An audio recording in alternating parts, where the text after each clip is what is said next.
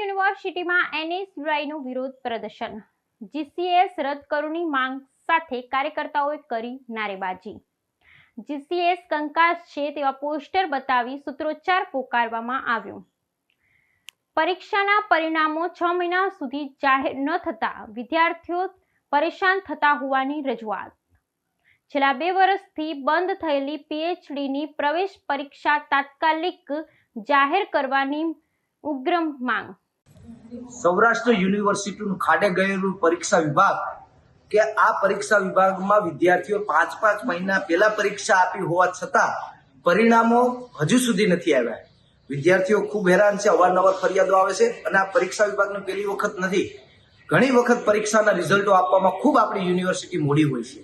ત્યારે 2-3 મુદ્દાને લઈ આજે સૌરાષ્ટ્ર યુનિવર્સિટીના કુલપતિને NSUI દ્વારા રજૂઆત કરવામાં આવી છે.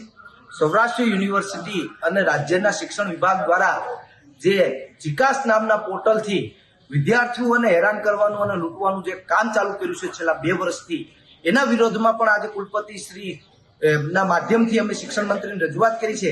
ભાઈ, આવતા વર્ષથી જીકાસ પોર્ટલ સંપૂર્ણ બંધ કરી દેવામાં આવે અને જે સિમ્પલ નોર્મલી જે એડમિશન પ્રક્રિયા હોય તેમાં વિદ્યાર્થીઓને લાભ મળવો જોઈએ. ત્રીજો મુદ્દો છે કે PhDની એન્ટ્રન્સ છેલ્લા 2 વર્ષથી સૌરાષ્ટ્ર યુનિવર્સિટી લેતી નથી. ગુજરાત યુનિવર્સિટી હોય, નર્મદ યુનિવર્સિટી હોય કે ઘણી સરકારી યુનિવર્સિટીઓ છે કે ત્યાં પણ UGCના જ નોર્મ્સ લાગુ પડે છે, પણ એ યુનિવર્સિટીઓ એન્ટ્રન્સ ટેસ્ટ લે છે. જ્યારે રાજ્યના શિક્ષણ મંત્રી છે પ્રફુલ્લ પાનસુરિયા, એને પણ આ વર્ષે પોતે PhDની એન્ટ્રન્સ પાસ કરીને PhDમાં એડમિશન લીધું છે. તો સૌરાષ્ટ્ર યુનિવર્સિટીના વિદ્યાર્થીઓનો શું વાંક? જ્યારે તેને ખૂબ મોટું સૌરાષ્ટ્ર યુનિવર્સિટીના વિદ્યાર્થીઓને નુકસાન વેઠવું પડે છે.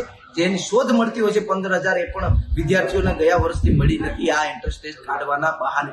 ત્યારે અમે આજે કુલપતિશ્રીને રજૂઆત કરી છે કે આ સંપૂર્ણ એન્ટ્રન્સ ટેસ્ટ તાત્કાલિક ડિક્લેર કરવામાં આવે અને જેટલા મુદ્દાઓ NSUI આપવામાં આવે છે તમામ મુદ્દે યુનિવર્સિટીના કુલપતિ પોઝિટિવ એક નિર્ણય લે અને તાત્કાલિક નિર્ણય વિદ્યાર્થી હિતમાં કરવામાં આવે તેવી જ એક માંગ છે.